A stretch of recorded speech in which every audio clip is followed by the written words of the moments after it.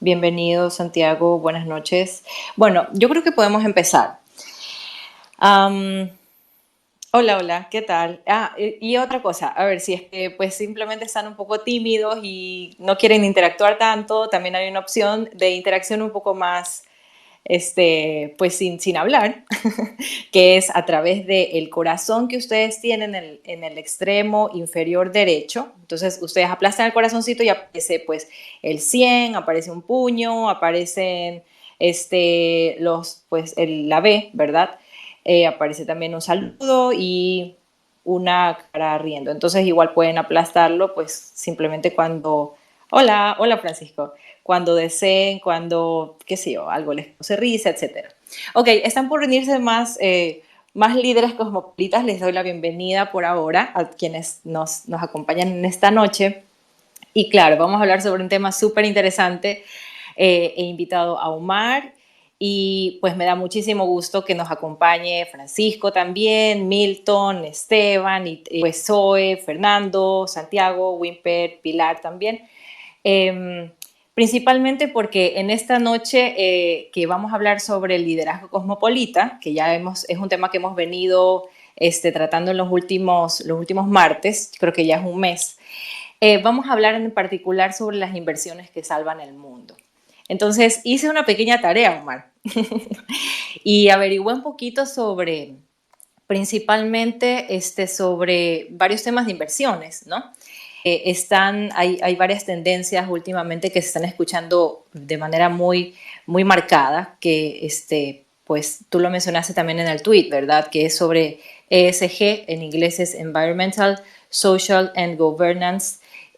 Pues es un framework, ¿no? Según entiendo, de que se está aplicando en algunas organizaciones. Pero voy a empezar desde el principio. Y voy a hablar sorry Omar que te interrumpa, pero simplemente quiero dar un poco el contexto, ¿no? Entonces el contexto de esto es que hay brechas sociales sumamente impresionantes en Latinoamérica, ¿ok? Solamente voy a hablar de unas cuantas. Una de cada 4 niños sufre de desnutrición crónica infantil en el Ecuador, hablando específicamente en el Ecuador. Hay mucha disparidad dependiendo de la zona donde nace una persona. Es decir, si nace en zonas rurales, es muy probablemente, y estoy ahí pues citando o trayendo unas cifras de Santiago, de la ciudad de Santiago en Chile. Entonces, lo que decía este artículo es que cuando las mujeres nacen en zonas rurales hay una diferencia de esperanza de vida de 18 años. Es decir, si esta mujer nace en una zona rural, es muy probable que viva 18 años menos que una mujer que nace pues en una zona urbana. Asimismo, el 10% más rico de América Latina concentra una porción de los ingresos mayores que en cualquier otra región. Esto supera con creces inclusive a los índices de África subsahariana, es decir, en América Latina hay una disparidad muchísimo más fuerte, ¿verdad? En cuanto a la desigualdad de pobreza y los índices de pobreza y pobreza extrema.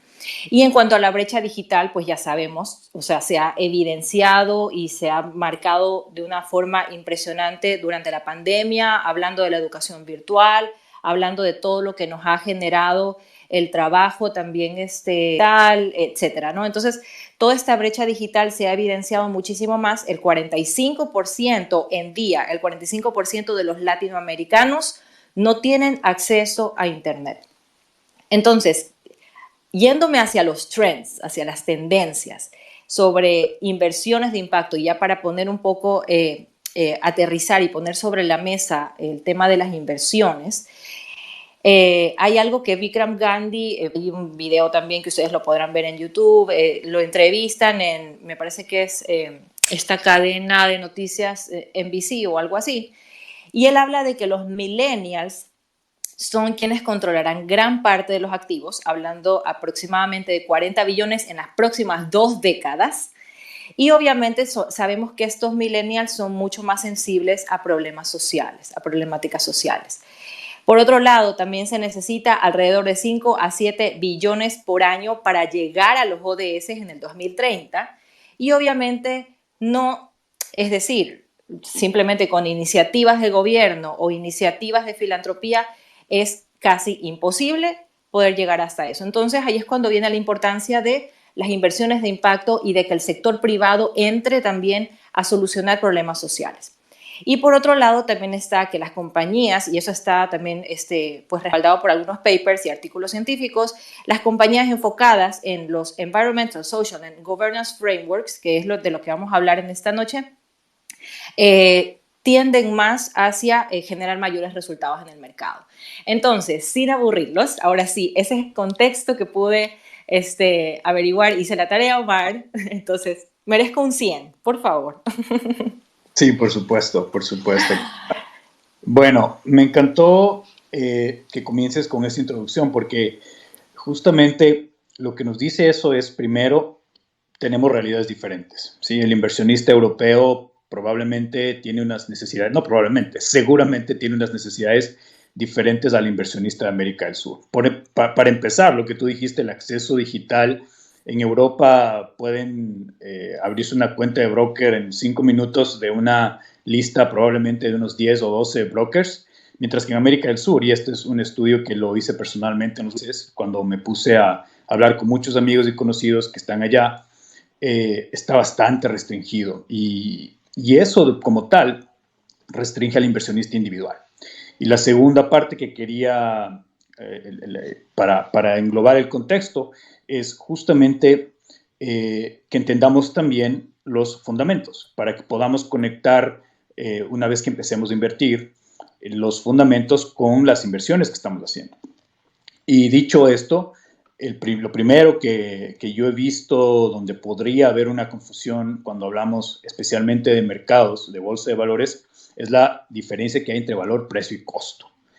El valor no es lo mismo que el precio, algunas veces lo utilicemos correctamente, lo diría entre comillas como tal, pero al momento de hablar de inversiones y sobre todo cuando queremos hablar de inversiones que estamos buscando que causen un impacto social positivo, probablemente el valor sea muy diferente al precio, al costo y el valor relacionado con los resultados que vemos. Las lecturas que me compartiste, muchas gracias, bastante interesantes.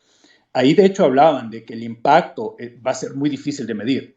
Y eso yo creo que se relaciona mucho con que el valor es subjetivo, ¿sí? O sea, para mí, por ejemplo, invertir, tal vez para un vegano, invertir en una empresa de carne sintética tenga mucho más valor en el resultado de su inversión que para mí invertir en McDonald's, por ejemplo, ¿sí? Y tal vez el precio que la persona que invierte en las acciones de la empresa vegana sea menor al precio de la acción que yo compro McDonald's y tal vez McDonald's, no tal vez, bueno, McDonald's es ya una empresa consolidada que me va a pagar dividendos trimestralmente, donde yo puedo además asegurar mis inversiones, etcétera, etcétera. Otra cosa importante es entender finanzas básicas, ¿sí? Para poder ver en la parte ya objetiva de las empresas, las finanzas de las empresas. Aquí en Estados Unidos, cualquier persona en el mundo puede entrar y puede ver los estados financieros de todas las compañías que cotizan en bolsa de valores de Estados Unidos. En detalle, yo puedo saber la hoja de balances de Tesla ahorita mismo, la hoja de balances de Coca-Cola, la hoja de balances de McDonald's, la hoja de balances de Disney, el estado de pérdidas y ganancias y el cash flow, ¿no? El flujo de caja. No vamos a entrar en detalles sobre esos conceptos, pero yo creo, y aquí como una cuña financiera, creo que esos son los 3 conceptos que un inversionista debe tener claros para poder analizar precisamente cómo se están haciendo las inversiones. Con esto quiero pasar a los sesgos.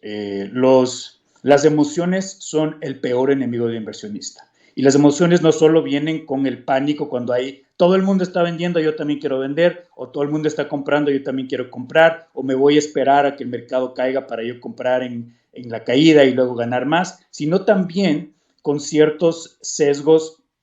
Por ejemplo, y voy a poner un ejemplo real, de un tema, de hecho, que estuvo bastante en voga en Ecuador, la minería. Si yo quiero causar un impacto positivo y al mismo tiempo quiero que se prohíba la minería a nivel mundial, es una contradicción, les voy a explicar por qué. Tesla, que es una compañía que está fabricando paneles solares, baterías solares y por supuesto sus automóviles, utiliza baterías de litio. Y si prohibimos la minería, pues no habría litio en las condiciones actuales, ¿sí? O sea, no pasa de la noche a la mañana que vamos a un material que reemplace al litio o un tipo de extracción que reemplace a la minería. Eso pasa paulatinamente. Y de hecho, los vehículos eléctricos han existido por décadas y precisamente uno de los challenges que tiene los vehículos eléctricos es las baterías, que por eso no han sido tan populares. Aquí en Estados Unidos, el Tesla, me parece que el más avanzado puede recorrer 300 a 400 millas con una sola carga, ¿no? Entonces tú tienes que planificar tu viaje, obviamente ya la pantallita del Tesla te va a avisar dónde puedes parar para recargar tu batería, y bueno, me estoy desviando del tema, pero a lo que voy es a que lo mismo pasa con el silicio, lo mismo pasa con el hierro, son materiales que necesitamos para el aparatito que todos tenemos ahorita en la mano, si están viendo, si están escuchando esto por una computadora, eso está lleno de metales donde se necesita la minería, así que la idea es que no me puedo cerrar, no puedo ser absolutista en, bueno, sí, exploten todo, pero tampoco, no exploten nada. Lo que tenemos que tener en cuenta es cómo se está explotando. Toda actividad humana, toda, absolutamente toda, el lugar donde ustedes ahorita están sentados dentro de su casa, en algún momento fue vegetación virgen, ¿sí? Toda actividad humana hará externalidades, no importa lo que hagamos. Respirar, de hecho, botamos CO2, ¿sí? Toda actividad humana causa externalidades. Lo que tenemos que buscar es cuál es la forma más óptima. Aquí no hablamos de perfección, solo una cosa funciona. Y eso pasa con la minería, eso pasa también con el petróleo. Elon Musk, en una de las últimas entrevistas que le hicieron, él dijo que si yo tuviera el botoncito que parase el petróleo, los fósiles, no lo aplastaría, ¿sí? Porque él está consciente, todas sus gigafactorías pues no corren con paneles solares, ¿no? Seguramente necesitan muchísimo diésel para las máquinas que ellos tienen. Y con eso quiero pasar, y conectando con el tema, es pasar a los ESGs, ¿no? Que están bastante populares aquí en Estados Unidos, pero muchos de ustedes seguro lo entenderán porque hace más de 10 años ya se veía incluso en América del Sur las compañías con, abro comillas, responsabilidad social, cierro comillas. Entonces, básicamente es eso. ¿Qué significa en medio ambiente? O sea, la E de environment es que las compañías no causen un impacto ambiental negativo, ¿ok? Que no estén contaminando el agua, que no estén causando una minería irresponsable, que no estén invadiendo comunidades, etcétera, etcétera. La parte S, que es social, pues es casi obvia. Aquí es donde más, obviamente, tal vez tengamos al político de turno queriendo meterse, pero la parte social es básicamente causar un impacto social positivo. Por ejemplo, que esa compañía esté donando a fundaciones que ayudan a presos a reinsertarse en la sociedad, que ayuden a programas dentro de las cárceles para que realmente sean centros de rehabilitación social. Y el governance, la G de governance, no se refiere al gobierno político, se refiere a la administración interna de la empresa, cómo están constituidos los boards, los consejos directivos, si hay representación de los accionistas minoritarios, por ejemplo, si hay representación de las mujeres, y les voy a luego hablar ya la solución de mercado, una de las soluciones de mercado que hay para esto, he traído ejemplos reales. También en governance está cómo están tratando a los empleados las empresas, cómo se paga, cuánto se paga, cómo están las condiciones de los empleados, cómo están las condiciones de los empleados en las sucursales de las empresas, sobre todo las empresas más grandes, por ejemplo, tienen factorías en China, ¿no? Entonces la gente está muy pendiente de cómo están conduciendo sus negocios, sus factorías, las compañías. Y ahí viene la pregunta, entonces, ¿dónde invierto? Y la inversión de impacto constituye hacer este análisis y ver cómo y dónde pongo mi dinero, ¿no? Considerando que estas empresas estén haciendo el impacto o causando el impacto social, ambiental o dentro de las empresas que yo quiero. Y con eso quiero irme a la parte individual y conecto con lo que empecé. Las realidades son diferentes también a nivel individual. Yo tal vez tenga o quiera invertir en Apple, pero mi hermano tal vez quiere invertir en Airbnb. y los recursos son limitados, pero eso es de hecho una fortaleza de las inversiones individuales, de que tú puedas tomar la decisión dónde poner tu dinero y la persona de al lado pueda tomar la decisión de en la siguiente compañía que no tiene nada que ver con la tuya. Y a lo que voy es a que ese tipo de decisiones vienen que tienes que estar consciente de tu círculo de competencia. ¿Qué es esto?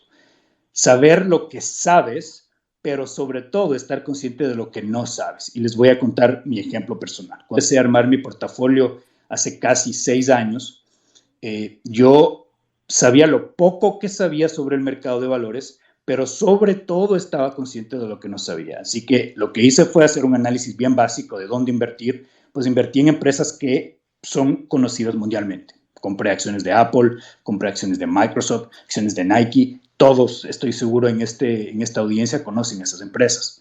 Esto no quiere decir que te tengas que cerrar al conocimiento. Luego empecé a estudiar otros activos financieros y hay maravillas de productos dentro del mercado. Y ahí viene el segundo punto, que es el riesgo. Mucha gente me pregunta, Omar, ¿es seguro invertir? ¿Cuáles son los riesgos que corro? ¿Qué pasa con mi dinero? Bueno, como todo en la vida, así como hay externalidades, también el riesgo de todas las actividades, ya sea mayor o menor. Pero una de las formas para mitigar el riesgo cuando hablamos del mercado es primero el conocimiento, saber nunca invertir en algo que no sé, o invertir hasta yo conocerlo, esperar a estudiarlo, a saber qué producto dónde estoy metiendo mi dinero, cuánto retorno me va a dar, cuál es el historial, quién está detrás. La regla 2 sería diversificar. ¿Qué quiere decir esto? No meter todos los huevos en la misma canasta, ¿sí? Varias canastas y el mercado te da soluciones para poner tus inversiones en DeFi. La regla 3 sería invierte a largo plazo. No esperemos retornos inmediatos. Yo sé que hay inversionistas que en inglés se llaman day traders, que se pasan horas de horas frente al computador para agarrar los piquitos de mercado hacia arriba o hacia abajo y hacer dinero así diario, ¿no? Esa gente puede llegar a hacer dinero, pero también puede llegar a perder mucho dinero. Entonces, yo soy partidario y practico con el ejemplo. Mi portafolio está el 99% intacto, 5 o 6 años que lo comencé, de largo plazo. ¿Por qué? Porque a largo plazo tú estar tranquilo de las variaciones que son una realidad del mercado. Por ejemplo, el COVID no fue una causa, un resultado de ninguna mala política, por suerte, de ningún gobierno. El COVID fue un resultado de una pandemia mundial. Los mercados cayeron entre marzo y abril del 2020 muchísimo. Pero para un inversionista a largo plazo, primero sabe que eso es normal, que cada 3, 4 años tienes una crisis, una caída de mercado, pero como estás a largo plazo, como tú tienes tu fecha de salida, entre comillas, de tus inversiones del mercado en 10 años, pues yo solo obviamente vi una caída brutal en mi portafolio, pero yo sabía que iba a volver a subir porque conoces tus inversiones. No voy a la regla número 1, no inviertas en lo que no conozcas. Y pues en efecto, en menos de medio año, mi portafolio volvió a su valor que tenía antes de COVID. Ese es el segundo punto que quería tocar. Estudiar para conocer más, y de ahí voy a volver a conectar con mi ejemplo personal. He estado los últimos meses estudiando unos activos financieros, productos financieros, securities en inglés, que son los fondos de inversión ETFs, que son los fondos de inversión que se cotizan en bolsa, que están disponibles para todo el mundo. Y eso es lo del mercado de acá de Estados Unidos, que es un mercado abierto.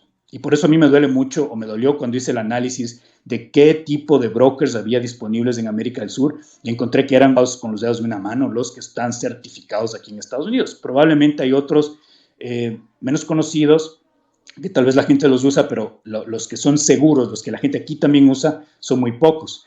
Y eso es malo, y eso es muy, muy malo, de hecho, porque el mercado proporciona las soluciones más óptimas y eficientes, ¿sí? En el caso de los fondos de inversión, ¿qué son los fondos de inversión?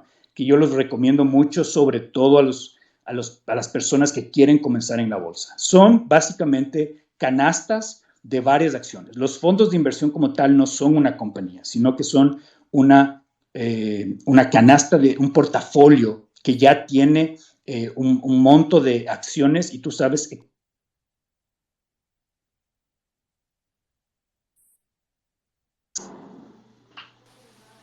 ¿Me escuchan? Omar, parece que te Sí, perdiste por un minuto. Sí.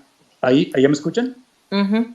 Sí, aquí tuve una cosita en el teléfono. Entonces, les decía que los fondos de inversión, los ETFs, son portafolios prediseñados por financieras, por compañías de inversión, que te ofrecen a manera de acciones, en forma de acciones. Entonces, por ejemplo, una de las ventajas que te dan los fondos de inversión es que ya tienen preestablecidas las reglas de cómo se arman esos fondos de inversión. Y aquí les traigo un ejemplo muy bueno que es precisamente una inversión de impacto. Hay un fondo, ya ven que en la bolsa de valores todas las compañías y todos los fondos se cotizan con unas iniciales, se llama ticker en inglés.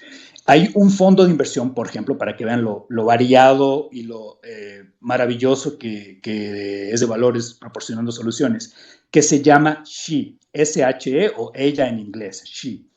¿Qué regla tiene este fondo para armar sus inversiones, para comprar acciones? Este fondo planteó su portafolio para únicamente compañías que tienen políticas pro mujer, pro diversidad de género. Es decir, compañías que van a poner mujeres en sus consejos directivos, compañías que van a poner mujeres en sus puestos más altos. Así que, por ejemplo, ahí, si alguien está muy en la diversidad de género, en pro mujer, puede ir a comprar una acción de este fondo SHE, ¿sí? O sea, mediante su broker, se mete a su broker, compra acciones, las que quiera, las que pueda comprar de SHE, y está, primero, aportando a estas compañías que tienen esta visión pro género, pro mujer, y segundo, vas a tener un retorno con tu inversión, porque estas inversiones te dan retorno. Muchos de los fondos pagan dividendos, que no es lo mismo que retorno. El retorno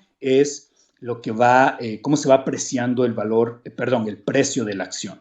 Y los dividendos son las utilidades que te paga una empresa o un fondo. Y generalmente en Estados Unidos, los fondos indexados, ya vamos a hablar un poquito de los índices, te pagan dividendos trimestralmente. Y lo maravilloso de los dividendos es que los dividendos se pagan por el número que tienes, sin importar el precio al que esté cotizada la acción. Por ejemplo, si yo tengo 100 acciones de Coca-Cola, ¿sí? El precio de la acción bajó 20%, pero es fecha de pago de dividendos, a mí me van a pagar por las 100 acciones que tengo, el valor que me corresponde por cada acción por concepto de dividendos. Entonces, ese fondo SHE es uno de los 2,000 y tantos ejemplos. Yo tengo una base de datos que realmente, porque tengo un proyecto personal, veo que aquí hay gente que está afiliado al newsletter, tengo un proyecto personal de bolsa, porque investigando me di cuenta que en América del Sur el acceso, tal vez exceptuando Brasil, el acceso al mercado de valores de Estados Unidos es bastante escaso. No hay información, hay muchísima información en Internet, sobre todo en inglés, por supuesto, dirigida a gente en América del Sur, sobre todo para empezar con lo básico, ¿no? De, oye, ¿cómo abro el broker? La pregunta que más me han hecho es, ¿cómo invierto? Yo estoy en Ecuador, Omar, ¿cómo invierto desde Ecuador? Estoy en Colombia, ¿cómo invierto desde Colombia? Entonces, una de las cosas que me motivó a abrir y a compartir lo poco que sé, y básicamente para estudiar más, ¿cierto? Genial, Omar, de verdad. No sé si Mira, hacemos una antes, pausa. Sí, sí, dime. sí, sí, hacemos una pausa activa. Sí, sí, porque no me voy de largo. No, no, pero está muy bien. Yo creo que todos al final estamos aprendiendo muchísimo de aquí. Solamente quería rescatar algunos temas que pues mencionaste hace un momento, ¿verdad? Súper interesante el tema de generar este balance entre los indicadores sociales y ambientales. Es algo que también menciona Warren Buffett en un artículo que no recuerdo, me parece que lo vi hace como un mes, en donde él mismo, es decir, lo define como no creo en los indicadores ambientales. No creo en la responsabilidad social que tiende hacia mejorar el medio ambiente, porque al final, como tú lo indicaste, ¿verdad? Dependemos de este medio ambiente, es parte de él, y con cada acción que nosotros realizamos en el día, estamos generando un impacto ambiental. Entonces, me causa mucha gracia porque al final es cierto, ¿verdad? Entonces, creo yo que este balance entre los indicadores sociales y los indicadores ambientales, y en algún momento también lo tuiteé, es decir, ¿cuál es nuestra prioridad como sociedad? Es el desarrollo humano. yo lo veo desde ese punto de vista. El desarrollo humano es lo primordial. Después, siendo países en vías de desarrollo, después de tener ya un desarrollo humano como tal, creo que es importante sí concentrarse en lo ambiental, pero mientras tanto no podemos pensar o no podemos, creo yo, nuevamente, es mi opinión personal, no podemos no podemos tal vez tener ese nivel de ambición que sea, pues no, sí, ahora vamos a ser súper conscientes con el medio ambiente, pero a ver, primero solucionemos nuestros propios problemas, ¿no? Entonces, bueno, eso más que nada como para citar lo que tú mencionaste. Ahora, hay algo muy interesante con los indicadores, perdóname, con los ESG, que son los que, de lo que también nos hablaste hace un momento. Y justamente pues, lo conceptualizaste bastante claro, ¿verdad? Hablaste del environment, del medio ambiente, ¿verdad? De los indicadores y de las acciones que las iniciativas que deben existir dentro de una organización, para, pues, justamente para que se hacia eso, ¿verdad? Se habló también sobre los temas sociales, es decir, la responsabilidad social, pero ya desde un punto de vista de generar valor también a estas comunidades cercanas o a los grupos en situación de vulnerabilidad que tal vez están siendo afectados por las actividades empresariales, ¿verdad? Y también está el tema de governance, que justamente ahí yo hago de repente un bonding con lo que mencionaste sobre minimizar riesgos. Es decir, al hablar de gobernanza, y justamente este framework se concentra en que cuando hay inversionistas que prefieren a estas empresas que están trabajando ya con algún framework ESG, pues justamente se concentran en eso. Ok, si estás trabajando o si estás desarrollando o si estás efectuando en este momento indicadores de gobernanza, entonces eso a mí me tiene que dar esa tranquilidad de que tienes justamente una gobernanza, una gobernabilidad, una estructura sólida, ¿verdad? Que justamente apunte hacia minimizar los riesgos del inversionista. Entonces, bueno, eso nada más. Ahora, sí me causó un poco de pues curiosidad, ¿no? Porque de repente en la banca, hablando en términos generales Latinoamérica, creo, pues no sé, es lo que percibo también, que es hasta cierto punto un poco aversa a este tipo de riesgos, ¿no? Pero encontré dentro de esto que, por ejemplo, el Banco Santander, si no recuerdo mal, el Banco Santander sí está trabajando ya con bonos de impacto social y tiene también toda esta fibra, que se está trabajando muy fuertemente en eso, ¿no? Desde el banco que te menciono, ¿no? Y otra cosa más que anoté por acá, pero bueno, lo dejo para después. Sí, eso de los Perdóname, bonos. Omar, perdóname. Y bueno, Omar Baquesea solicitó hablar, entonces pues simplemente ya mismo le damos la palabra también a él. Con Nada mucho más. gusto, mi tocayo. Bueno, de las cosas que mencionaste, hay que estar claros que no hay soluciones macro, ¿sí? O sea, lo que sirve aquí en Texas tal vez no sirva en el estado de Washington, y lo que sirve en Ecuador, en la parte selvática del Ecuador, no sirve al inversionista noruego. Eso es, no existe la solución macro, no existe Juan Pérez, yo tengo la solución para salvar al mundo. Hay que huir de esa gente. Esa gente para mí es muy arrogante, que alguien venga a decirme, yo tengo la solución para salvar al mundo desde tal vez, ahí sí es tal vez mi super privilegio, y es tal vez un señor que vive en Noruega, que tiene todas las facilidades del mundo, donde además, y esto es una de las cosas que a mí me parecen, por ejemplo, donde quedo muy en shock, la compañía de petróleos noruega cotiza en bolsa de valores. Yo desde aquí, ustedes desde donde estén, pueden comprar acciones de la compañía petrolera noruega cuando queramos, ¿sí? O sea, yo puedo ser dueño de la compañía noruega, pero siempre no puedo comprar acciones de la compañía petrolera ecuatoriana, porque está totalmente secuestrada por el gobierno. Para que veamos cuál creen que causa más impacto, cuál creen que está mejor manejado. Y ahí lo dejo como tema simplemente al aire. Entonces, no existen las soluciones macro. No voy a decir no creo, yo creo, voy a hacerlo todavía más contundente. El mercado es la mejor solución para este tipo de problemas. Y voy a repetir lo que digo, el mercado es la mejor solución. No es la solución perfecta, ojo, no estoy diciendo que es perfecta. ¿Por qué es la mejor solución? A mayor libertad de empresa, hay mayor generación de ideas. Y esto genera soluciones, por un lado, debates para saber qué ideas no funcionan, porque si no se prueba una idea, yo no puedo juzgarla, yo no puedo decirle si funciona o no, y genera ese círculo virtuoso de, ok, esta idea funciona, esta idea sí funciona en Colombia y en Ecuador, esta otra funciona en Argentina y Brasil, esta otra funciona solo en México, porque se ha ido probando. Y a mayor apertura económica, hay mayor posibilidad de inversión para el individuo común y corriente.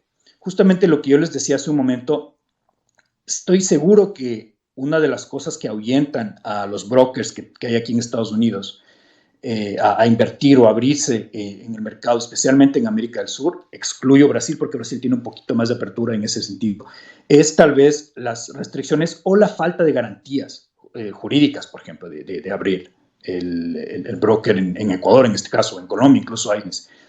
Para que se hagan una idea, los que no están tal vez muy familiarizados con el mercado, la acción de Coca-Cola cerró hoy a $52.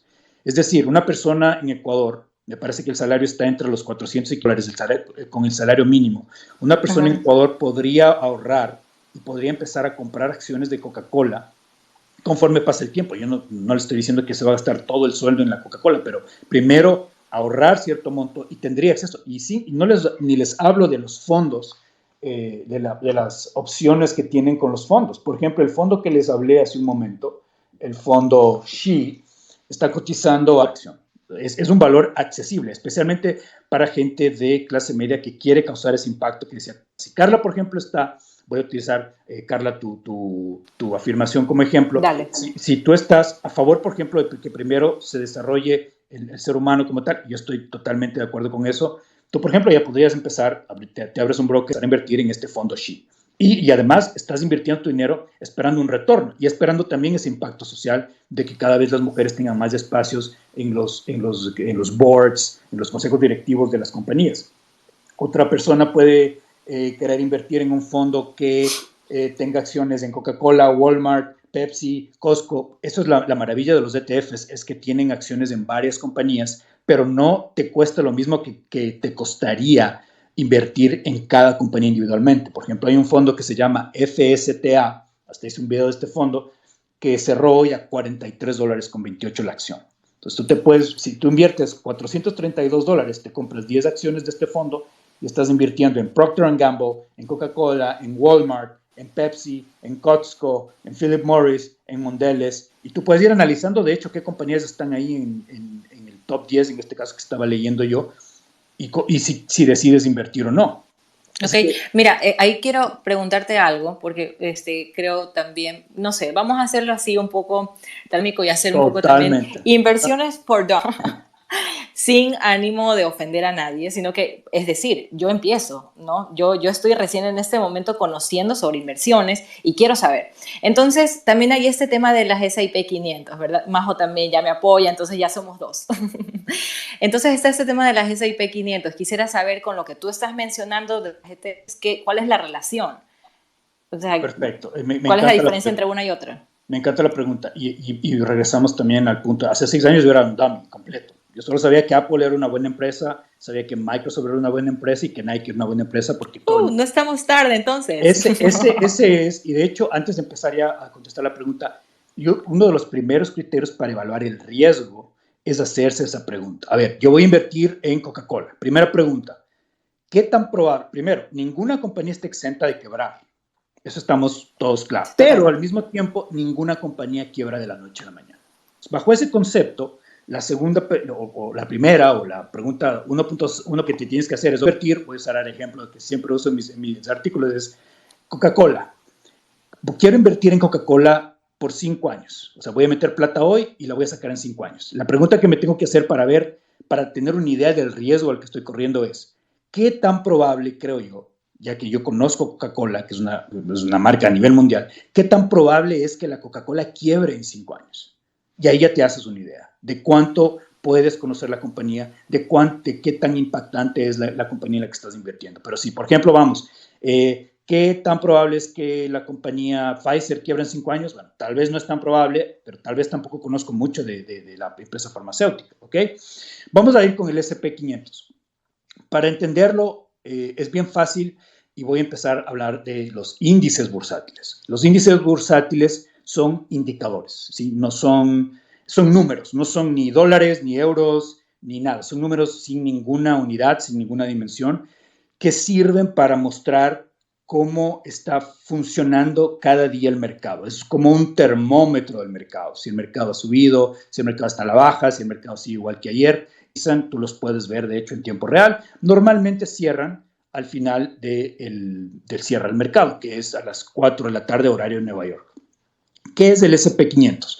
El S&P 500 tiene reglas bien claras para poner, se llama 500 porque tiene las 500 compañías con la capitalización de mercado más grande de Estados Unidos. ¿Qué es la capitalización de mercado? Es un valor bien simple que se utiliza para, y lo que les decía al comienzo, ¿no? A veces utilizamos medidas objetivas para tratar de comparar el valor de las compañías, y esta es una de esas. La capitalización de mercado de una empresa es el número de acciones que está esa empresa cotizando en bolsa multiplicado por el precio de cada acción a ese momento. Entonces, así se evalúan las empresas para entrar al S&P 500. Las 500 más grandes, y hay otros criterios, por ejemplo, que los últimos 4 trimestres, o mejor dicho, de los últimos 4 trimestres, tiene que salir un resultado positivo para que se queden en este grupo.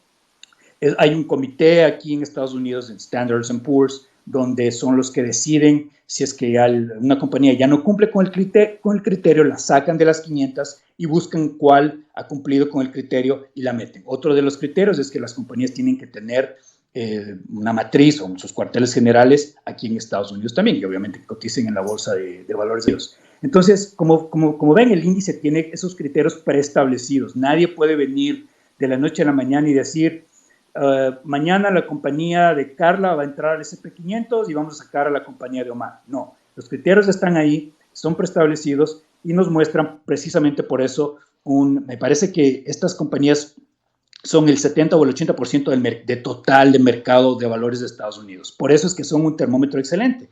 A alguien se le ocurrió, bueno, a un grupo de personas se le ocurrió me parece que fue en el 93, oigan, ¿por qué no hacemos un portafolio con esas 500 compañías y lo cambiamos conforme vaya cambiando el índice? Nosotros no tenemos nada que ver con el índice y así vamos a guardar transparencia y objetividad y simplemente le vamos a decir a la gente que compre las acciones de nuestro fondo, mira, las reglas son las siguientes. Nuestro fondo va a estar indexado al S&P 500 y ahí nacen los ETFs, los fondos indexados a, voy a redundar, los bursátiles, porque hay varios. El S&P 500 es tal vez el más famoso junto con el Nasdaq y el Dow Jones, pero el S&P 500 es mi favorito porque precisamente tiene 500 compañías y cuando tú compras un fondo indexado a tú estás indirectamente invirtiendo en esas 500 compañías. ¿Y por qué es tan ventajoso?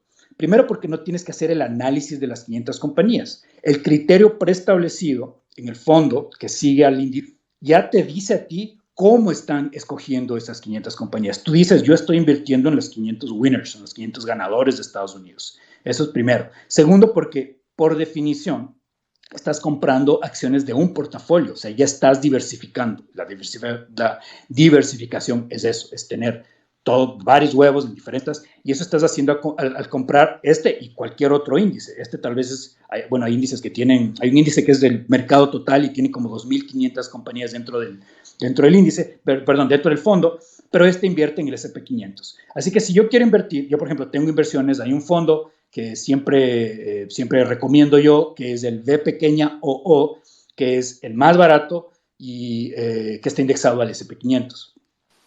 Fantástico. Así que esa es la manera en la que tú puedes invertir. Y hay varios índices, otros índices, miren, por ejemplo, solo las compañías tecnológicas, ese es el Nasdaq. Solo las compañías tecnológicas, ese índice no incluye compañías financieras, ese incluye a Apple, a Amazon, a Microsoft, y asimismo hay un fondo que se indexó a ese índice, y si tú quieres comprar ese fondo, indexarte al índice, compras las acciones de ese fondo, que obviamente por cada acción es más barato que invertir. Si yo quisiera invertir en las 500 compañías del S&P 500, pues tendría que ser Jeff Bezos para comprar, no sé, 10 acciones en cada una de las 500, ¿no? Solo la acción de Amazon cuesta $3,000 y piquito cada acción de Amazon, para que se hagan una idea, y la acción del fondo VOO hoy cerró como en $388, para que se hagan la idea de cuál es la diferencia. Eso con los fondos indexados y con los índices. Claro.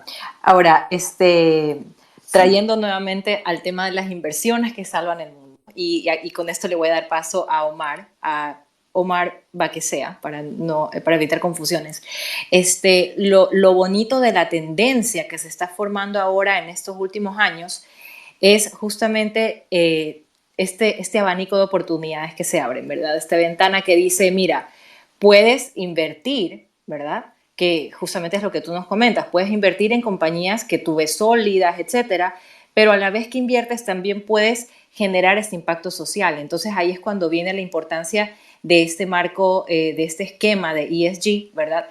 Y esto se bifurca, es decir, el ESG, pues hay dos tipos, de lo que también pues he logrado aprender, ¿no? Entonces dentro de estos dos tipos están los de acciones sociales, que tienden justamente hacia la responsabilidad social, cuáles son las actividades de la empresa que justamente están involucradas o encaminadas hacia la responsabilidad social, y por el otro lado están las inversiones de impacto, es decir, el impacto medible, y contra el impacto medible yo invierto, ¿no?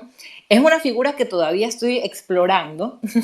No les puedo decir que pues ya me las sé todas, ¿no? Quisiera, Omar, de repente, si es que tú tienes algún conocimiento así mucho más profundo sobre el tema de inversiones de impacto, lo puedas compartir, me parece excelente. Pues hay me parece que es de Harvard Business School, el C. Ronald Cohen, que también creo que te compartí una charla de él, y él justamente habla de la importancia de estas inversiones de impacto, ¿no? Y hace el nexo con los fondos y los bonos del gobierno, ¿no? Pues esa figura, ya te digo, es un esquema que sí quisiera explorar un poco más, justamente por lo interesante de que trabajan junto con el Estado, inversionistas privados, y se enfocan justamente en el impacto social medible y contra el social y los resultados de mi inversión, ¿no? Ahora sí, quiero darle paso a Omar antes de que continúes. A Omar Baquesea. Omar, bienvenido. Hola, buenas noches. ¿Me Te escuchan? dejamos esperar mucho, sí, lo siento. No, tranquila, no te preocupes, más bien, muchas gracias por permitirme hablar un par de segundos. No, lo conozco a Omar López, además somos bastante cercanos, y de Además de cierta manera, tocayos. además tocayo, y de cierta manera los dos invertimos en Bolsa de Valores. Simplemente, bueno, Buenísimo. Omar ya lo ha mencionado todo, realmente es un experto. Tal vez un par de puntos que añadiría, y un par de puntos añadiría, y tal vez un par de preguntas para Omar para atraer más información a esta reunión. El primero, que cuando una persona decide invertir en bolsa de valores, porque también un punto que deben tener presente es que deben saber que es un dinero que deben mantenerlo, o deben saber que es un dinero que no lo van a usar en el mediano plazo. ¿Por qué? Porque si existe algún efecto macroeconómico, qué sé yo, o externalidades tipo COVID, ese puede bajar tal como lo mencionó Omar, y podrían perder parte de la inversión si piensan retirarlo muy prontamente.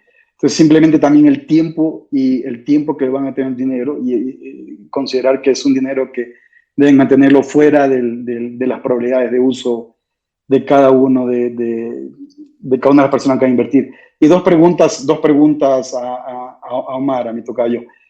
Omar, tú hablabas de armar un portafolio, y especialmente cuando uno no conoce, comienza a armar el portafolio con empresas que sabemos que son seguras las inversiones. En el largo plazo, por supuesto, esas empresas van a dar crecimiento, pero probablemente los márgenes de crecimiento no van a ser muy altos. Ahora, en ese portafolio, ¿vale la pena invertir o apostar en ciertas empresas que podrían crecer, conociendo que los mercados a cierto momento podrían expandir, pero que a cierto punto de la línea de tiempo esas empresas aún no generan rentabilidades, podrían tener un flujo de caja negativo? ¿Vale la pena apostar por esas empresas? La pregunta. Y la segunda pregunta para Omar también, que mencionó que hay que tener conocimientos básicos de finanzas. ¿Qué ocurre con tener también los conocimientos básicos de economía? Porque al final del día los aspectos macroeconómicos también pueden afectar el rendimiento de una empresa. Eran mis dos preguntas para Omar. Muchas gracias, Tocayo. Te mando un abrazo desde acá. Bueno, quiero que antes de contestar tus excelentes preguntas, voy a tratar el tema de Carla. El impacto, y me olvidé de hecho de desarrollar esta idea al comienzo, se relaciona bastante con el valor, porque yo estuve leyendo, voy a compartir después del Space, dos artículos en inglés, el uno es de Harvard y el otro es de Stanford, me parece, donde precisamente comienzan diciendo, bueno, Te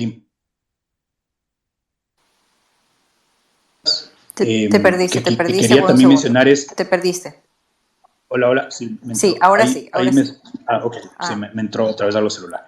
lo curioso es que Una, dije primero es y te quedaste ahí. creo que monitoreaba. Y es porque justamente iba Puede a decir ser. que lo primero es entendamos bien que no todo se mide en dinero, no se puede medir en dinero, y de hecho es el oro. Por ejemplo, traten de convencerle a una persona, Totalmente, totalmente. traten de convencerle a una persona que es adicta a la Coca-Cola que se cambia a Pepsi.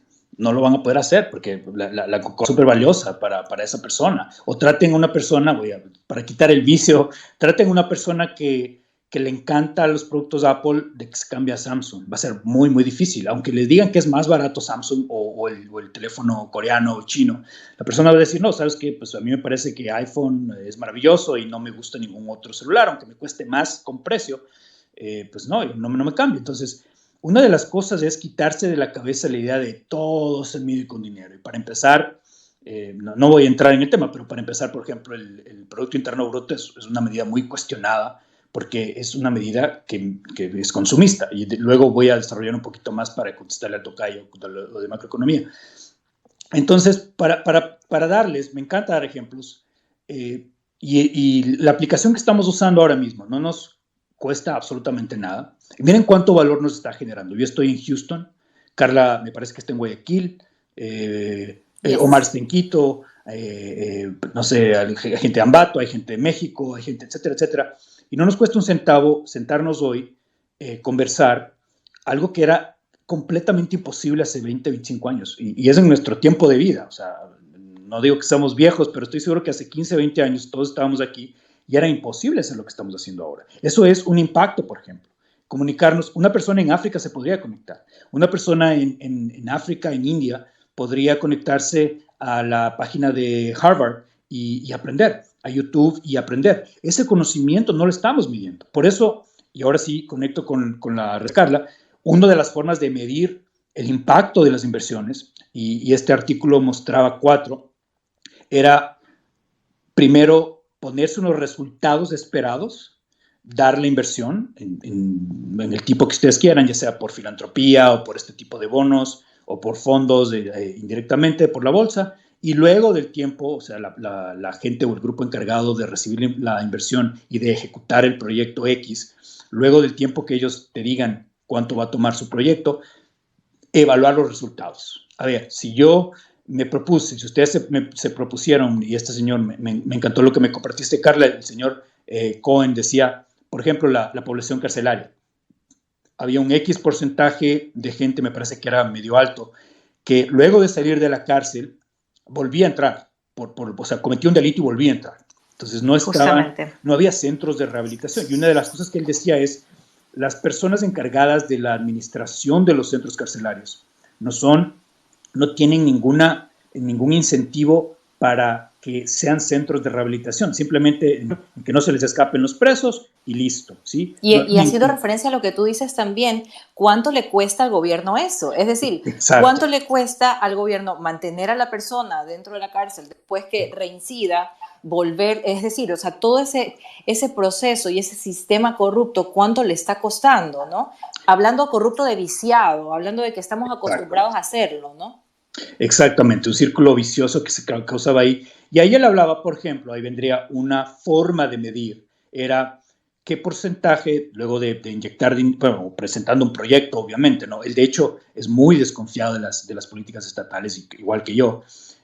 Presentando un proyecto por inversión privada, por una fundación, que te diga, nosotros hemos hecho el estudio y vamos a ejecutar X y ofrecemos que voy a poner el número, del 30% que ahora vuelve a las cárceles, vuelve a cometer un delito, lo vamos a bajar a 15%.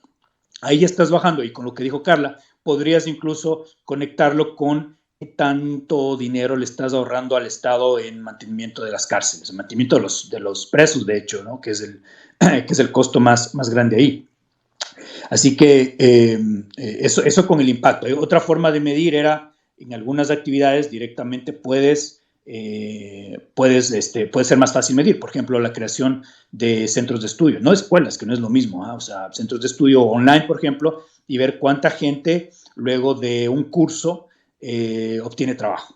Por ejemplo, ¿no? Vamos a abrir cursos de soldadura, vamos a entrenar soldadores, porque en esta región donde vivimos, y ahí viene otra vez las realidades diferentes, en esta región donde vivimos, voy a poner el ejemplo de Texas, es petrolerísima y se necesitan soldadores todo el tiempo, así que vamos a entrenar soldadores, vamos a poner en el mercado laboral a 100 soldadores por mes. Por favor, necesitamos un inversionista que nos ayude con impacto social, y luego, no sé, en forma de bonos, o en forma de fondos también puede ser, o vamos a empezar una compañía una compañía de recursos humanos que vamos a proveer exclusivamente soldadores, y las compañías que los contraten pues nos van a pagar pues por darles soldadores certificados. Vamos a dedicarnos a certificación. Y ahí viene ese win-win, ¿no? Gano yo, gana el inversionista que metió la plata ahí, y gana la persona que va a tener un trabajo seguro, una persona muy bien entrenada y que va a poder hacer una carrera ahí y se reinserta al. Otra cosa, y voy a empezar a adentrarme en las preguntas que hizo Omar. Algo muy importante, y recuerdo esta, me parece que fue una pregunta de mi padre o de mi madre, me decían, bueno, ¿qué pasa cuando se pierde o se gana dinero en la bolsa? Una de las cosas que hay que entender es que yo gano dinero o pierdo dinero de mis retornos únicamente cuando ejecuto una venta. Por ejemplo, si yo tengo 100 acciones de Coca-Cola hoy y veo que entre enero y hoy creció 20% la acción, a menos que las venda, si las vendo hoy, ahí voy a tener 20% más de lo que las acciones, del precio de las acciones en enero. Pero si no hago nada, las acciones siguen ahí. Lo mismo sucede obviamente con las pérdidas. Digamos que en COVID, por ejemplo. En COVID, en marzo, que cayeron, o sea, el mercado cayó como 20%, en algunos 30% en algunas acciones. Si yo vendí ese día, pues obviamente tenía una pérdida de menos 30%. Pero si no vendes, pues esperas, y esa es la importancia de largo plazo, como también ya lo dijo Mar, ¿no? Lo importante es estar consciente, tener una fecha de entrada y tener una fecha de salida flexible. Flexible a antes y a después. Antes, ¿por qué? Porque digamos que te faltan algunos meses, te falta medio año para salir, la fecha que te pusiste como largo plazo, y el mercado pues tuvo un boom. Tú dices, ok, voy a salir antes, ya estoy cerca de mis 6 meses, en 6 meses salgo, de mis 10 años que planificado, voy a salirme. O después, en el caso de bajadas, ¿no? Entonces, si algún inversionista a largo plazo tenía planeado sacar o vender sus acciones, y aquí es muy, muy común con las pensiones, hay un plan de pensiones que es a nivel de ahorros y capitalización en el mercado de valores. Si alguien tenía planificado sacar su plan de pensión o sus inversiones en mediados de marzo o en abril del año pasado, pues vio una caída brutal, ¿no? Entonces, si tú invertiste a largo plazo, también estás disciplinándote con ahorros en cash para aguantar esos periodos. El mercado se recupera dependiendo obviamente de la caída y de otros factores. En el caso del COVID se recuperó en 6 meses, el S&P 500 estaba otra vez al mismo nivel pre-COVID. Y ahora vámonos a las preguntas del tocayo Omar. Él decía, bueno, invertir a largo plazo las compañías a veces ya crecen lo suficiente y de pronto los retornos se estancan, incluso ya no tienen flujo de caja. Ahí va a depender de cada inversionista. Hay fondos, por ejemplo, ETFs, que te dan para la gente que tiene una aversión al riesgo muy alta. Entonces hay gente que, de hecho a mí me han contactado y me dicen, Omar, ¿sabes qué? Tengo por aquí unos ahorritos, pero no quiero perder si es que hay inflación, no quiero dejarlos en el banco. Aquí en Estados Unidos los intereses que te paga el banco son una miseria, es menos del 1% a veces. Entonces me dicen, no quiero tenerlos en el banco, pero tampoco quiero arriesgar tanto en bolsa. O sea, no quiero meter el dinero en Tesla, por ejemplo, ¿no? Que es una acción muy volátil. ¿Qué puedo hacer? Y les digo, bueno, puedes poner en bonos, que son lo de más bajo riesgo que hay, o puedes poner en fondos, no sé, en base a productos diarios, a productos de primera necesidad, que acá se llaman los consumer staples, y hay un fondo, hice un video ahí, un fondo que se llama, de hecho es el que mencioné hace un momento, es el FSTA, donde estás cubierto, estás con bajo riesgo, pero también tienes un bajo rendimiento. Y aquí viene otra de las leyes de los inversionistas. Alto riesgo, alto retorno. Obviamente bajo riesgo, bajo retorno, y ahí juegas con lo que tú dices. Para complementar también la respuesta para Omar, todas las compañías, todas las empresas tienen un ciclo donde comienzan, generalmente si les va bien, empiezan a crecer, empiezan a atraer muchos inversionistas, empiezan a cotizar en bolsa, crecen todavía más. Por ejemplo, Tesla, cuando entró a la bolsa, empezó medio flojo, luego la gente empezó a verle valor y ahora, pues bueno, la acción creció más de 1000% en el último año. Y luego de esa etapa de crecimiento, donde hay fondos, para contestarle Omar, hay fondos, si tú quieres, dices, ok, yo quiero diversificar y poner una en un fondo que me asegure un bajo riesgo, pero también quiero otro fondo y ahí puedes decir, yo quiero parte de mi portafolio tenerlo en Tesla, que es una compañía que está en crecimiento.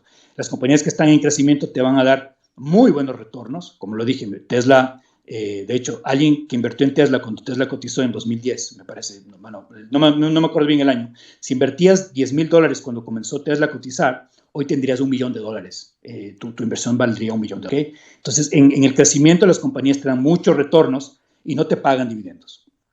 Luego viene la etapa donde las compañías ya llegan a una cierta estabilidad. Y en esa estabilidad no hay mucho crecimiento, todavía puede haber ciertos buenos retornos, si es que no descubren un nuevo producto donde tal vez otra vez le den hacia arriba, como tal vez es el caso de Apple y de Microsoft, que han crecido bastante en los últimos 5 años. Si no hacen eso y se relajan, entre comillas, simplemente contestando o dándole al cliente lo que quiere, como otra vez el ejemplo que me gusta poner, Coca-Cola, están en una curva más bien plana. Tú sabes que la Coca-Cola, insisto, es muy poco probable que quiebre en los próximos 5 o 10 años. Además, ves cómo responde al mercado. Sacaron la Coca-Cola Light, sacaron la Coca-Cola Cero, que veo que mucha gente le encanta. Hacen adquisiciones locales. En Ecuador compraron Fioravanti. Me parece que en Colombia o en Argentina compraron la 4, me parece que llama. Hacen ese tipo de adquisiciones locales, pero ya no están generando ese supervalor que generaron cuando la Coca-Cola creció. Warren Buffett se hizo millonario.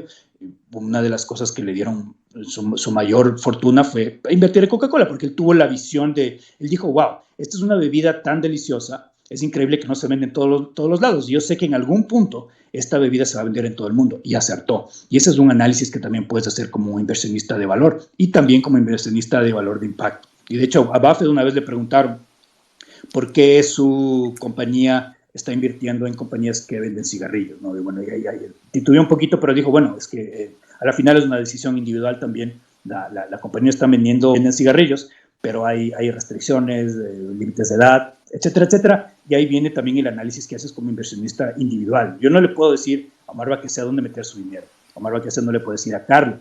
Carla no me puede decir a mí dónde meter su dinero. Podemos conversar, como estamos haciendo ahora, podemos darnos opciones, y de ahí, por eso, lo que yo predico siempre no es, yo no te digo qué comprar, yo te puedo decir cómo puedes comprar, qué opciones tienes para comprar, qué riesgos puedes tener, que el riesgo también es súper subjetivo y súper relativo, dependiendo de cómo los comparemos. La segunda pregunta de Omar dijo, aparte de conocer finanzas, si es importante conocer de economía. Por supuesto, sí, es muy importante conocer de economía. Entre comillas, no quiero decir malo, tricky, voy a usar la palabra en inglés, lo tricky de economía es que hay varias escuelas, varios pensamientos de economía. Tal vez los neokeynesianos te van a decir, no, mira, el Estado tiene que regular bastante los mercados, la crisis del 2008 fue culpa de las empresas porque les dejaron hacer cosas que no deberían hacer. Los de la economía austriaca te van a decir, no, libre mercado, no bancos centrales. A mí me gusta mucho ese approach, por ejemplo, individualmente, mi comentario personal. Los más conservadores van a querer un poquito de Estado interviniendo al mercado, poniéndole ciertas regulaciones. Entonces, de hecho, la respuesta es sí. O sea, tienes que saber precisamente todas esas escuelas de pensamiento que hay y cómo están afectando al que le guste a quien le guste o no le guste a quien no le guste, el mercado estadounidense, porque el mercado estadounidense es el mercado más grande del mundo. Y por eso yo lo que promuevo en mi sitio personal es que la gente sepa cómo invertir aquí en Estados Unidos es donde están las empresas más grandes del mundo y cada vez se están creando empresas aquí mismo que siguen teniendo éxito y lamentablemente si ustedes ven el S&P 500, la evolución y en la última conferencia que dio Warren Buffett lo mencionó, él dijo hace 16 años, me parece que era el tiempo que se puso él, había compañías japonesas, había compañías de otros países en esta lista de las mejores del mundo y ahora todas son compañías estadounidenses, ¿no? Y ahí eso habla mucho de que a pesar de que por aquí han pasado malos gobiernos, todavía hay esa cultura de libre empresa, esa cultura de los startups, esa cultura de que me caigo y me levanto y esos... con la revolución digital, esas oportunidades para el inversionista como nosotros, cualquiera de nosotros de aquí, que puede abrirse una cuenta de broker y empezar a comprar y eres dueño. Cuando compras la acción de una compañía, te conviertes en dueño de esa compañía o de ese fondo, ¿sí? Entonces, increíble, eso increíble, Omar. Ajá. Mira, antes de citar el meme Shut up and take my money, quiero debo hacerte dos preguntas, que justamente son las que cité en el tweet. Pero antes de hacerte las dos preguntas, también quiero darle la palabra a Gustavo, ¿ya? Y por si acaso es el meme, ¿no? O sea, no te lo vayas a tomar a personal. Para nada. Entonces, bueno, Gustavo, bienvenido. Buenas noches. ¿Sí me escuchan? Sí, totalmente. Buenas noches, Carla, Omar, y con todos buenas noches. Bueno, agradecerles por estos espacios tan enriquecedores. Muy, muy interesante el tema de las inversiones. Es un tema realmente apasionante y que vale la pena conocerlo. Lo que yo quiero decir es algunas ideas de estos temas de ESG. Bueno, ahora las nuevas generaciones, sobre todo, con el consumo responsable, hay muchos ejemplos que se utiliza blockchain para, por ejemplo, mirar el origen del café, el chocolate, el aguacate y en general los agrobusiness. Y la gente se va alineando con los ODS y el Pacto Global de las Naciones Unidas y todos estos temas. Pero hay un tema súper relevante por el que nace el reporte o toda esta información de los ESG, y es para evitar precisamente lo que se llama el greenwashing o esta responsabilidad social mentirosa. Casos clarísimos como el de Volkswagen, que años atrás se probó que alteró el rendimiento de sus vehículos para reducir su nivel de emisiones, y por eso muchas instituciones como el Green Bond Principles o el PRI, el Principles of Responsible Investment, o esta organización que emite los principios contables, están trabajando para generar estándares, generar parámetros de ESG y que las compañías ya no reporten únicamente sus cifras financieras, su PIG, su estado de resultados, su CAPEX, su OPEX, sino que incluyan en estos informes que se van a emitir a los inversionistas los parámetros para medir los principios de ESG. Por casos emblemáticos como que por primera vez en 20 años todas las compañías del Standard & Poor's 500 tienen al menos una mujer en su consejo directivo.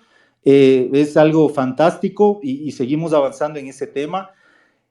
Ustedes seguramente escucharon que recién el mes pasado un tribunal holandés conminó a la Royal Dutch Shell, a la más grande petrolera del mundo, a que reduzca la emisión de sus emisiones de carbono para el año 2030 a la mitad, y esto ha causado un lío, un problema bastante grande. Carla, tú hacías referencia a que las instituciones financieras no están muy inmersas en esto, pero más bien diría que hay ejemplos emblemáticos como JP Morgan, que crearon una unidad interna para financiar el desarrollo, como Goldman Sachs, que en los próximos 10 años planean invertir 750,000 millones en fondos de impacto, en inversiones de impacto, bonos, finanzas climáticas, BlackRock, y localmente se puede decir casos como el Banco Pichincha, que en 2019 emitieron los primeros bonos verdes, el primer financiamiento de bonos verdes para inversiones de impacto. Son casos emblemáticos. Nubank, la startup, esta fintech brasilera, o bancos de Brasil, Perú y Centroamérica también para contribuir a las mujeres desfavorecidas y que puedan acceder a créditos por ejemplo, el Banco BHD de República Dominicana. Y por qué no decir el caso del BID Invest, que es el ala de esta banca comunitaria del BID, que ha financiado muchos proyectos a lo largo de Latinoamérica para generar inversiones de impacto. Entonces, hay algunos ejemplos interesantes. Y bueno, tengo tengo una pregunta y un comentario final. Aquí algunos deben conocer el PMP, las metodologías de Project Management, y hay un instituto a nivel global que es el Green Project Management, que alinea la metodología o el marco de trabajo del PMP con prácticas sostenibles. Es una metodología o un marco de trabajo que toda la cadena de un proyecto debe contener temas de sostenibilidad. El Green Project Management, para que de pronto ustedes lo consulten. Y esta es una pregunta que tengo para Omar sobre el tema de las inversiones. ¿Cómo funciona el tema de los stops para que una persona, un inversionista, pues con la fluctuación que existe en los mercados, pueda limitar el nivel de sus pérdidas o pueda manejar, digamos, el riesgo dentro de las inversiones que realice en su portafolio? Esa sería mi pregunta y la aportación que pueda hacer. Gracias, Carla, Omar y a todos. Gustavo, muchísimas gracias. Sí, mira, solamente como para aclarar, tal vez no tuve pues no sé, tal vez no me aclaré hace un momento. Me refería específicamente a la banca en Latinoamérica. Entonces, creo yo que nos falta muchísimo todavía. Hay varias iniciativas que tú mencionaste y también hay varias, se puede decir, figuras financieras u organismos que están naciendo, ¿verdad? Que tal vez en Ecuador cuesta mucho todavía crear estas estructuras financieras que no son tan rígidas como un banco. Como tú mencionaste, en México, hay varias iniciativas también en Colombia, etcétera, ¿no? Entonces, creo yo que en Latinoamérica todavía nos falta mucho. Y en cuanto a Green Project Management, es una metodología súper interesante. Y justamente es lo que tú decías, ¿verdad? Habla sobre la responsabilidad que debe haber al contratar los proveedores, enfocado siempre en el cliente, en el producto que entrego, debe cumplir con estos estándares o estos principios responsables con la sociedad y con el medio ambiente, ¿verdad?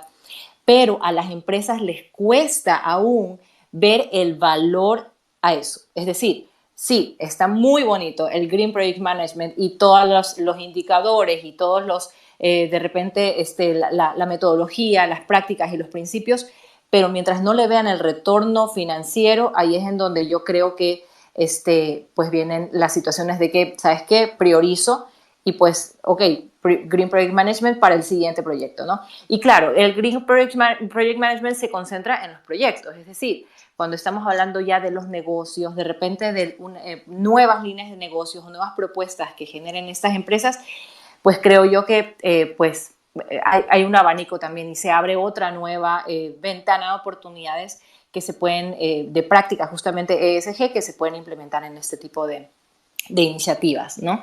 Entonces, bueno, nada más como para complementar lo que mencionaste y interesantísimo tu aporte. Te sigo desde este momento, Gustavo. Mil gracias. Omar. Gracias. Gracias por tu pregunta, Gustavo. Solo quiero recalcar otra cosa más. El mercado no es perfecto. Entonces, obviamente, lo que pasó con la Volkswagen en Alemania, insisto, el mercado no es perfecto. Si hay esa libertad de mercado, no quiere decir que todos los jugadores van a seguir las reglas, que ningún jugador va a hacer trampa, porque al final, acuérdense que el mercado, cuando tú compras cualquier cosa, está siendo parte del mercado, es intercambiar bienes y servicios. Y de hecho, otra vez, no es solo el dinero, estoy yo cayendo, de hecho, en mi misma cosa. Cuando tú le das, aquí por ejemplo hay una aplicación que te ayuda a reciclar las cosas que ya no utilices pero que sirvan todavía. El otro día me sobraba un cargador de computadora, una computadora que ya no, y lo puse en esta aplicación aquí en el barrio, y un señor dijo, sí, yo lo quiero, gratis obviamente, entonces viene el señor y le doy. Entonces eso también es mercado, no estamos solo con que es lo mejor, con que todos los jugadores van a jugar bien. En toda actividad siempre hay un tramposo, siempre hay alguien que actuó de buena fe y no le salieron bien las cosas, y siempre hay los actores de mala fe. Lamentablemente los peores están en la política, pero ese no es el tema de hoy.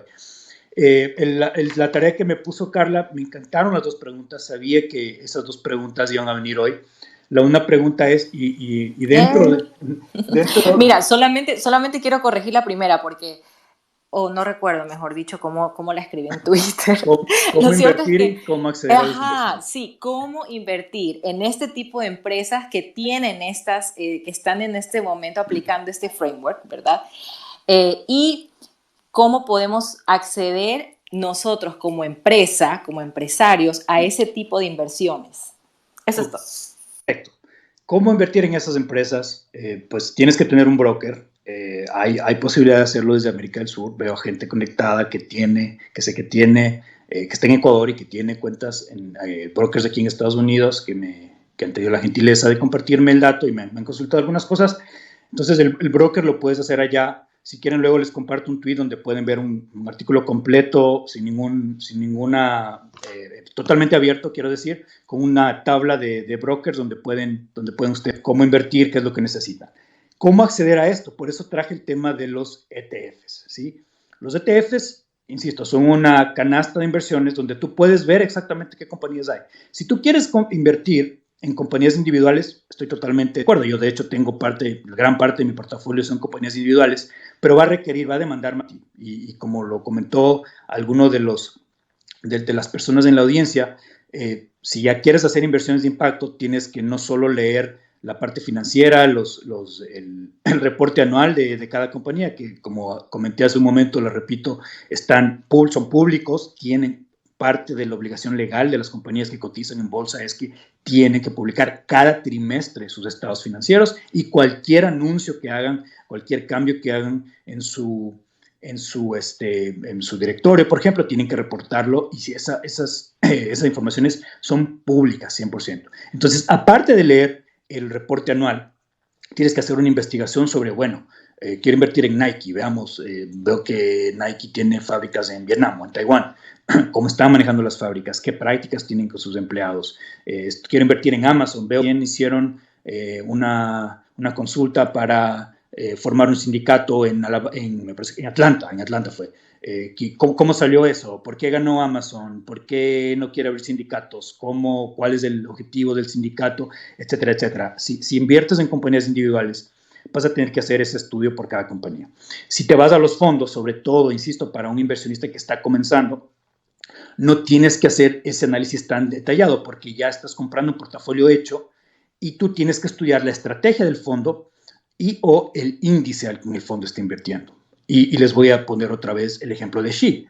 Entonces, Xi, la empresa aquí se llama el gestor de ese fondo, crearon un índice primero para poner las reglas con las que van a armar su portafolio, su fondo ETF.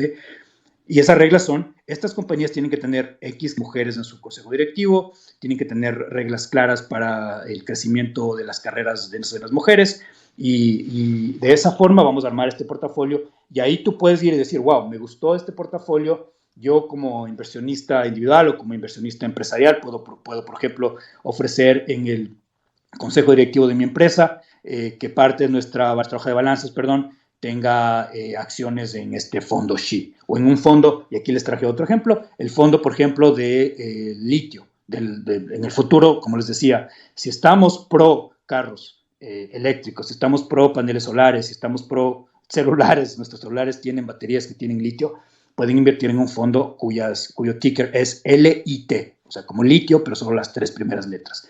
Ese fondo, ¿en qué compañías invierte? Que invierte, por ejemplo, obviamente en compañías que se dedican a la explotación de litio, pero para que tengan una idea, invierten en la Sociedad Química y Minera de Chile, es uno de sus top 10 de inversiones. Invierten en Tesla, porque saben que Tesla está trabajando con vehículos eléctricos. Invierten en Panasonic, invierten en Samsung. Esa es parte del estudio que ahora tienes que hacer. Entonces, no tienes que irte ya en detalle a cada empresa, sino que ves la estrategia del fondo en el que estás invirtiendo, el índice al que el fondo está siguiendo para saber cómo van a ir cambiando tus inversiones. Y mi recomendación, sobre todo para inversionistas pasivos, o sea, los que no están sentados todo el tiempo en su computador viendo sus inversiones, sino de largo plazo, es que revisen sus portafolios cada trimestre o por lo menos cada año para rebalancear. Tal vez uno de tus componentes de tu portafolio creció muchísimo. La idea es que tú mantengas el mismo mix, entonces vendes un poco de esas y pones en otras o te abres un nuevo fondo y así mantienes el mix de tus inversiones. Entonces, ¿cómo invertimos en esto? Pues a través de un broker. Les repito, haciendo el estudio siempre, nunca inviertan en algo que no conozcan. Compras acciones del fondo o de los fondos en los que tú creas o quieras invertir y armaste tu portafolio. Y ahora para ir a la pregunta no recuerdo, Gustavo, me parece que fue así. ¿Cómo funcionan los stop limits? Cuando tú tienes el broker, y eso es ahora con la tecnología es tan maravilloso, hace 25 años tenías que levantar el teléfono y llamarle a tu broker, a una persona para que te haga las inversiones. Ahora es con tu celular, tienes una aplicación de tu broker o en la computadora y tú puedes, de hecho, y eso funciona mucho para las personas que son aversas al riesgo, tú puedes setear, pues no sé, no existe en español, pero tú puedes poner un setting ahí, puedes ya sea comprar inmediatamente una acción, por ejemplo, me puedo meter sobre todo dentro de horas de mercado y de eso va a depender mucho de qué broker. Normalmente todos los brokers te dan opciones de invertir fuera de horas de mercado. El mercado es como una oficina, funciona de 9:30 de la mañana a 4 de la tarde, hora de Nueva York. A esa hora todos los brokers están abiertos, me refiero a las aplicaciones. Tú te metes a tu aplicación y digamos que quieres comprar el fondo SHI. Entonces abres SHI, pones ahí SHI, te va a salir los datos de SHI, cómo está cotizando la acción, obviamente el precio, y tú dices, wow, estoy viendo, son el mediodía, estoy viendo que la acción está bajando. Ok, voy a comprar y tal vez si baja un poquito más, entonces voy a comprar, pero le voy a poner en mi aplicación que solo compre si es que llega, bueno, hoy SHI cerró en 100.11, digamos que está bajando y tú le puedes poner una limit order de 90. Tú dices, yo sé que está bajando, voy a ponerle que me compre únicamente si llega a 90 y ahí se ejecuta la orden. Si se acabó el día y no llegó a 90, la orden se cancela. También hay la opción de poner qué tiempo vas a dejar abierta la orden. Y lo mismo para vender. En vender funciona obviamente en el sentido distinto. Tú dices, ok, SHI está subiendo. Quiero vender unas accioncitas de SHI. Está a 100, amaneció a 100.11, ya está en 101 y sigue al alza. Entonces voy a poner un límite de que si llega a 102, vendo. Hay otro tipo, otro tipo de funciones que tiene la aplicación, que son los stops. Entonces, tú puedes invertir y pones que se venda la acción o pones que compre la acción con cierto porcentaje de pérdida que tú esperas de pronto, si quieres, bueno, si estás invirtiendo de alto riesgo, tú le dices, a ver, si es que la acción empieza a bajar, máximo, si baja hasta 2%, automáticamente que se me vendan todas. O sea, por eso se llama stop limit, paro mi pérdida.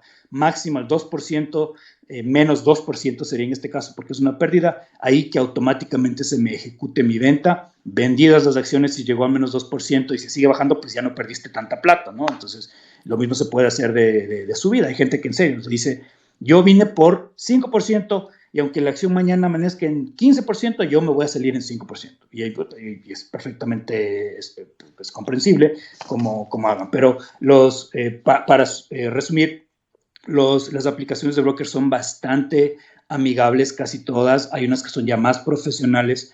La que está disponible en Ecuador y en casi América, exceptuando Brasil, que tiene más, es una que se llama Interactive Brokers. Esa es bastante detallada, en esa puedes hacer muchísimas más cosas, pero tiene lo básico que es para comprar, vender, para poner límites, para poner compre cuando se abre el mercado mañana o que se compre antes de que se cierre el mercado hoy. Si tú dices, ok, veo que va subiendo, bueno, lo compro, que me compre a lo que sea que esté cuando cierre el mercado. Y asimismo hay la opción de que me compre ahorita. Dices, ok, yo ya me he metido, ¿no? Entonces vas, quiero comprar el VOO, que es el SP500, entro a lo que esté, ejecuto y la orden se ejecuta inmediatamente. Y ahí tú vas a ver cómo van tus inversiones, te va reportando cada día cómo van evolucionando, te llegan reportes mensuales a tu correo, que es tu estado de cuenta. Los brokers son bien parecidas a un banco y de hecho las regulaciones son bastante parecidas a un banco. Hay un regulador federal aquí que es el FINRA que les regula y que está pendiente de que cumplan ciertos parámetros, ¿sí? Omar, mil gracias. De verdad que los spaces yo creo que cada vez se tornan más interesantes. Un indicador de esto es que pues se está tomando más de una hora, pero me parece súper genial toda la información que nos has compartido. Yo les voy a pedir a todos que por favor puedan escoger algún icono de los que están abajo.